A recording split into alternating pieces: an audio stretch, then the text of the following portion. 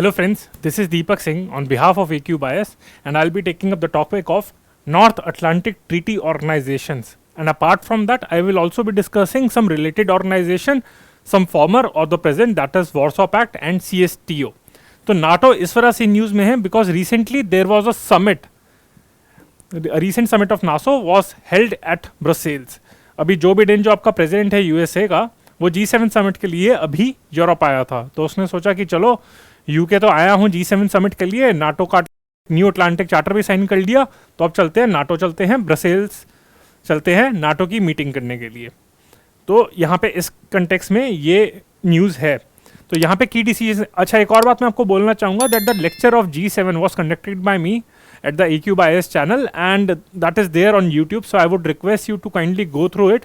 Under that I have covered the topic of G7 in a very comprehensive manner. In that I have also covered the brief overview of G7 from the prelims point of view, then from the analytical point of view also I have covered, and apart from that I have covered all the outcomes of the G7 summit which was held recently. तो ये आपका open society statement हो गया, या फिर आपका हो गया न्यू अटलांटिक चार्टर हो गया, और जो बाकी सारे आउटकम्स हैं आपका build back better world initiative हो गया G7 का, वो भी मैंने कवर करा है। तो यूट्यूब पे आप देख लीजिएगा, और उसे भी पसंद आया तो शेयर कर दीजिएगा, लाइक कर दीजिएगा। ओके फ्रेंड्स, तो अब ये नाटो पे हम डिस्कस करते हैं कि उसकी ब्रसेल्स में एक समिट हुई थी, तो वहां पे उसके दो की आउटकम्स थे। पहला आउटकम ये था, they have declared China as a constant security challenge. They said that at present we are facing 3 C's। उन्होंने कहा था we are facing 3 C's, and the 3 C's are first corona virus,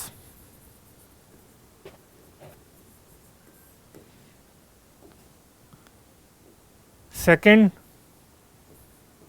enter the dragon, that is China, and third is climate change.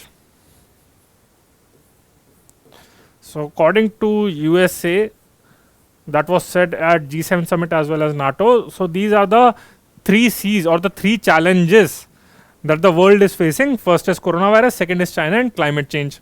वैसे तो corona virus भी China की ही then है, either deliberately or indirectly, but that is debatable again. So एक तो उन्होंने ये कहा, that is the first thing, and second thing is, so China को उन्होंने constant security challenge कहा। Second thing is they have included attacks in space in their mutual defense clause। अब आप पूछेंगे म्यूचुअल डिफेंस क्लॉज क्या होता है, तो अभी हम जब नाटो के बारे में ब्रीफ ओवरव्यू लेंगे तो उसमें मैं बताऊंगा म्यूचुअल डिफेंस क्लॉज। वैसे एक्चुअली इसका सिर्फ इतना सही मतलब है कि attack on any NATO member, उसके ऊपर एक भी अगर नाटो मेंबर के अटैक करा गया, so it means an attack on all the NATO members. So all the NATO members are under an obligation to assist that member country. तो attack in space को उन्होंने अपने म्यूचुअल डिफेंस क्लॉज में कर लिया है, या फिर आउटर स्पेस में अगर कंडक्ट करें तो इट मीन्स नाटो मेंबर्स की जो सैटेलाइट्स हैं स्पेस में, if another country attacks it deliberately, और उसके ऊपर अगर मिसाइल अटैक करी, उसे डिस्ट्रॉय करने की कोशिश करी, then that will be seen as an attack on the all the NATO members. And this is very important because in December 2019 NATO leaders declared space to be the alliance's 5th domain. ये 5वां domain है। तो पहला domain आपका कौन सा हो गया, लैंड हो गया, सेकेंड हो गया सी हो गया, थर्ड हो गया एयर हो गया, ये तो कन्वेंशनल हो गए आपके domains. But the 4th domain is cyber space. So cyber space is the 4th domain, क्योंकि हम साइबर वॉरफेयर की भी बातें करते हैं, and the 5th domain is space. So this is very important from prelims point of view. They can ask a question that which organisation has included space और attack on space in their security domain. तो इस context में ये भी important है NATO का। They can ask options like SCO, ASEAN, या फिर CSTO। तो करेक्ट आंसर इज इसका नाटो है। So these are the 2 key developments, and actually इसलिए साइन करा गया है, डोमेन को उन्होंने इसलिए इंक्लूड करा है because a lot of satellites are roaming around वहाँ पे उस पे स्पेस में। And yesterday I also discussed a topic of low earth orbit satellites, यानी कि इंटरनेट फ्रॉम स्काईज, वो भी मैंने एक लेक्चर कंडक्ट करा था। So that is also there available on YouTube, so kindly go through it. In that I have explain कि LEO यानी कि लो अर्थ ऑर्बिट से अगर इंटरनेट प्रोवाइड करा जाएगा तो कैसे करा जाएगा, उसके चैलेंजेस क्या हैं, उसके बेनिफिट्स क्या हैं। I have also discussed OneWeb के बारे में, जो बाकी सारा आपका है, स्टारलिंक है, तो ये ऑर्गेनाइजेशंस हैं, या फिर अमेजोन का कूपियर प्रोजेक्ट है, उसके बारे में भी डिस्कस करा था, इंटरनेट फ्रॉम स्काई। सो उसी के कंटिन्यूएशन में नाटो ने अटैक ऑन स्पेस को अपनी म्यूचुअल डिफेंस क्लॉज में कंडक्ट कर लिया. So these are the two key outcomes. First is China as a security threat as a part of 3 Cs, coronavirus, climate change and China. And second is attack in outer space included in their mutual defence clause. ये दो हो गई. अब हम discuss करते हैं NATO को prelims point of view से, और ये वर्ल्ड हिस्ट्री के पॉइंट ऑफ व्यू से भी इंपॉर्टेंट है. Analysis I won't be taking up here, that will be taken up some other time. So let's start from the prelims point of view. So NATO is also called as North Atlantic Alliance, North Atlantic Treaty Organization और North Atlantic Alliance. Objective इसका main यही है. Objective से ज़्यादा इसका अगर background समझ लेंगे तो क्या है, ये एक मिलिट्री अलायंस है. Actually that was formed in like late 1940s, 1949 के अराउंड में इसको फॉर्म करा गया था in the background of aggression या फिर अग्रेशन बाय यूएसएसआर. उस टाइम पे यूएसएसआर काफी अग्रेसिव हो रहा था. वर्ल्ड वॉर के बाद, वर्ल्ड वॉर सेकंड के बाद कोल्ड वॉर चल रही थी, and it was felt that USSR will attack under Stalin the all the European countries. So then a military alliance in the form of NATO was formed between North American, जिसमें आपका US और Canada आ गया, and European countries. तो it acts as a system of collective defence where by if any independent member state agree to its mutual defense in a response to an attack by an external party. तो इसकी छोटी सी कहानी यही है कि अगर एक मेंबर स्टेट पे अटैक करा गया तो it will seen as attack on all the members, and all the other members are under an obligation to protect that country. It is headquartered in Brussels which is in Belgium. और Brussels में ही आपकी summit हुई थी, यहां मैंने आपको बताया था. तो ब्रुसेल्स नाटो का हेडक्वार्टर है. सेकेंड इज, अभी तो मैंने नाटो का हेडक्वार्टर के बारे में बताया, अब एक और इसके अंदर एक छोटी सी बॉडी है which is supreme headquarters allied powers Europe, shape. Shape is a part of NATO. So it is the headquarters of the नाटोज allied command operations, ACO. ये अलाइड कमांड ऑपरेशंस क्या है, यानी कि जो इसका मिलिट्री यूनिट है. Although NATO की जो मेंबर कंट्रीज है वो तो मिलिट्री आपकी जो नॉर्मल कंट्रीज हैं, बट उसमें भी जो मिलिट्री ऑर्गेनाइजेशन है तो उनका हेडक्वार्टर जो है अलाइड कमांड ऑपरेशन, जो उनकी मिलिट्री फोर्सेस का हेडक्वार्टर है, वो आपका शेप में लोकेटेड है. Supreme headquarters allied powers Europe, and it is also located in Belgium in Casteau which lies north of the Belgian city of Mons. तो ये भी वो ब्रुसेल्स में लोकेटेड था, but supreme headquarter allied powers Europe is located in Casteau. तो this is important. 1967 से यहां पे लोकेटेड है. तो again headquarter of NATO is located in Brussels in Belgium, but headquarter यानी कि SHAPE, SHAPE, supreme headquarters allied powers Europe is located in Casteau in the Belgian city of Mons. And if we talk about this background, then it is based on the North Atlantic Treaty that was signed in 1949, as I mentioned, in the background of Russian aggression. उनको लग रहा था Russia invade कर लेगा. So if we talk about the member countries, so this is a very important chart. So as you can see, it is an alliance between the North American countries as well as the European countries. ये आपकी European countries हैं. And इसमें जो अगर transnational अगर आपकी country देखी जाए तो दैट इज टर्की. तो टर्की आपका यूरेशियन कंट्री में मानी जाती है. कुछ पार्ट आप इसका, ये जो पार्ट है आपका, ये आपका यूरोप में आता है. Rest of the Turkey lies in Asia. तो टर्की इज देयर, जो आपको याद रखना है. Another important point is these countries, these Baltic states, Latvia, Lithuania and Estonia. So ये पहले यूएसएसआर का मेंबर थे. ये रशिया के बहुत क्लोज हुआ करते थे, but they also feared Russia that Russia इन्हें कहीं इन्वेड ना कर ले. So they join NATO. So this is very important. And rest of the western Europe तो आपका है ही. तो these are the current NATO members. So if you talk about, it consist of 30 members. And in 2019 Montenegro joined it.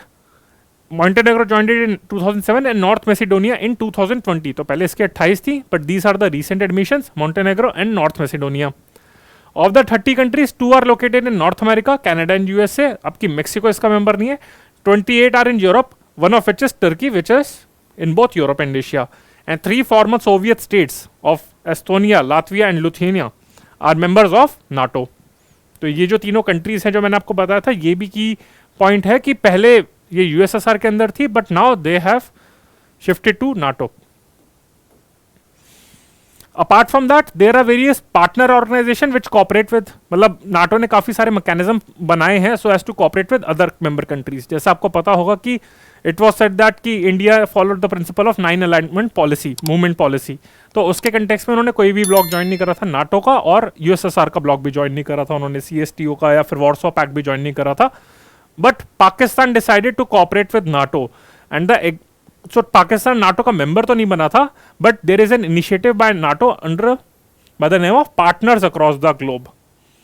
तो उसमें यही है, पाकिस्तान इस इनिशिएटिव के अंदर नाटो के साथ कोऑपरेट करता है। कुछ साल पहले कोलंबिया भी इसका मेंबर बना था। Then Istanbul cooperation initiative, NATO's Mediterranean dialogue, Euro Atlantic partnership council. So these are also initiatives by NATO, ये आपको ध्यान रखना है। They can ask you that Istanbul cooperation initiative कहाँ किसके लिए है, NATO's Mediterranean dialogue. If you go into detail that will take lot of time, sometimes in like my classroom lectures I will discuss them in detail. Then if you talk about the, ये हमारा हो गया topic NATO का। Let's discuss another related organisation by the name of Warsaw Pact. So Warsaw Pact is officially known as Warsaw Treaty Organisation, officially also known as the Treaty of Friendship, Cooperation and Mutual Assistance. So instead of, this is important actually from the world history point of view, they can ask you. So here I am discussing not only from the internationals but also from the world history point of view. I will cover the NATO analysis sometimes in detail in some other lecture. So Warsaw Treaty Organization is officially the Treaty of Friendship, Cooperation and Mutual Assistance. So instead of Warsaw they can ask this name, and is also known as, unofficially known as Warsaw Pact. So it was a collective. So from where does it derive its name? It derives its name from Warsaw in Poland, which is located in Poland. So at that time they signed an agreement in 1955. Soviet Union, that is USSR at that time, and 7 other Eastern Bloc republics of Central and Eastern Europe. तो Soviet union और बाकी 7 आपके जो socialist republics थी आपकी, उन्होंने ये pact sign करा था 1955। और ये इसलिए साइन करा था बिकॉज वेस्ट जर्मनी जो था आपका, वो नाटो में मेंबर बन गया था। सो दे फियर्ड, ईस्ट जर्मनी तो चलो अलग था, उनके पास था, दूसरी साइड में था, there was a division between West and East Germany. तो when West Germany became a member of NATO in 1955 as per the London and Paris conferences of 1954, USSR got bit scared that it's time for them to make sure that they will be able to compete with NATO. So उन्होंने ये Warsaw pact sign करा था USSR and 7 socialist republics ने। तो it was a military complement to the Council for Mutual Economic Assistance. ये जो USSR की जो इकोनॉमिक अगर इंटीग्रेशन की बात करें, वॉर्सो पैक्ट तो मिलिट्री अलायंस था जस्ट लाइक नाटो, नाटो से compete करने के लिए। बट अगर हम इकोनॉमिक पॉइंट ऑफ व्यू से बात करें, there was Council for Mutual Economic Assistance, Comecon. तो ये था आपका, ये इकोनॉमिक इंटीग्रेशन के लिए था, वॉर्सो पैक्ट आपका मिलिट्री इंटीग्रेशन के लिए था। सो यही चीज थी कि नाटो को काउंटर करने के लिए बनाया गया था, बट फेस टू फेस उनका कभी directly they never went to war. Although उन्होंने प्रॉक्सी वॉर्स काफी लड़ी थी, स्पेशली क्यूबन मिसाइल क्राइसिस हो गया या फिर बाकी सारी कंट्रीज हो गई, कोरियन क्राइसिस हो गया। तो ऐसे वहां पे उन्होंने इनडायरेक्टली अपनी उन्होंने लड़ाई लड़ी है, but directly they never fought, क्योंकि कोल्ड वॉर थी। तो कोल्ड वॉर में मतलब वही था, डायरेक्ट लड़ाई नहीं थी, बस कोल्ड चल रहा है, कोल्ड वॉर चल रही है आपकी। तो अब अगर हम वॉर्सो पैक्ट, वो भी चलता रहा, नाटो तो अभी भी कंटिन्यू कर रहा है, बट नाटो ये जो वॉर्सो पैक्ट था एक्चुअली इट डिसॉल्व्ड इन 1991। और इसका डिसइंटीग्रेशन कब स्टार्ट हुआ? जब unification of Germany happened in 1990, Berlin Wall को तोड़ दिया गया था। तो East Germany and West Germany they united, and East Germany withdrew from the Warsaw Pact and became a part of the West Germany, and they combinedly became Germany.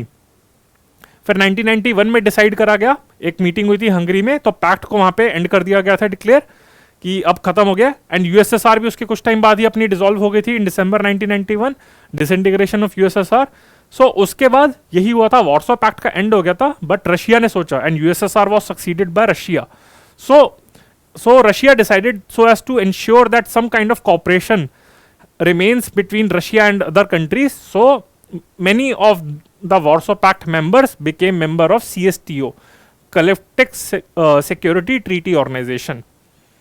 तो immediately CSTO बन गई थी। तो Warsaw Pact transformed into CSTO, but CSTO काफी inactive form में है। So there is, it's regarded as the Cold War between the NATO and Warsaw Pact ended with the end of Warsaw Pact. तो CSTO बन गया. CSTO लेकिन इतनी ज़्यादा news में रहती भी नहीं है. It's like a weak organisation, but still let's discuss about this. It is a inter governmental military alliance. वैसे शंघाई कोऑपरेशन ऑर्गेनाइजेशन आपकी है, वो भी एक तरीके से मिलिट्री अलायंस ही है, although it also focuses on the economic aspect, but it is a military alliance. तो कहते हैं कि SCO is kind of seen as a new organization, is seen as a kind of a new Warsaw Pact. They can ask a question like this. So it is an intergovernmental military alliance in Eurasia, which consists of आपका post Soviet state. It was formed in 1992. 1991 में Warsaw pact dissolve हो गया था, 1992 में बन गया था. And it is also refer to as Tashkent pact और तशकंत ट्रीटी, क्योंकि तशकंत करके एक जगह है, वहां पे इसे साइन करा गया था इसकी बनाने के लिए treaty. And its member countries are, एक रशिया तो आपका हो ही गया मेन, फिर आपके सेंट्रल एशियन कंट्रीज में जो 3 स्थान है आपके, कजाकिस्तान, तजाकिस्तान एंड किर्गिस्तान, ये 4 हो गई. और 2 और कंट्रीज हो गए, Belarus and Armenia. So these are the 6 countries. बाकी जो आपकी कंट्रीज हैं वो आपकी मेंबर स्टेट्स हैं, वो आपके ऑब्जर्वर्स हैं, बाकी किसी और तरीके से एसोसिएटेड है. And it is headquartered in Moscow. So this is friends CSTO. So we have discussed NATO, Warsaw pact and CSTO, collective security treaty organisation. तो इसके वही 1992 में. And this is also known as Tashkent pact.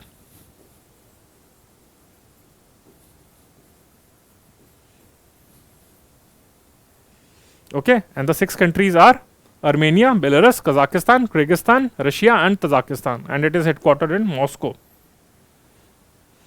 Okay friends, so with this I have covered NATO, Warsaw Pact and CSTO. I hope you liked this lecture. If you liked it, then please press the like button, share this lecture and subscribe to the channel of AQ by IAS. And before ending my lecture, I just want to share some important information, and that is that we are launching a general studies batch on 7th of July, and under this 800 hours of classes will be provided for prelims as well as mains, including 80 hours of current affairs classes. तो 10% में की जो classes होंगी वो आपकी current affairs को दी जाएंगी. So it shows that how much weightage we are giving to it. Apart from general studies batch, we are also launching optionals for history, geography, pol science, sociology and public administration. And last but not the least, we are also launching an exam by the name of AIIT. Okay, so this exam is very important. This stands for A-Cube IS Inspiration Test, and this will be held on 24th and 27th of June. So this is a talent hunt examination, and the best part is that if you appear in this examination, if you score a certain percentage of point, so according to your percentage you will be getting concession, you will be getting scholarship from our side. So आपकी fees में reduction हो जाएगी optional batches के लिए. But again, although we will be reducing the prices for the successful candidates, talented candidates, but we won't compromise on the quality of teaching. Okay friends, so I hope you like this lecture, and if you have any feedback, then you can type on the comment box, and you can always reach to me and my team members at AQ Bias. Okay, so this is Deepak Singh from AQ Bias.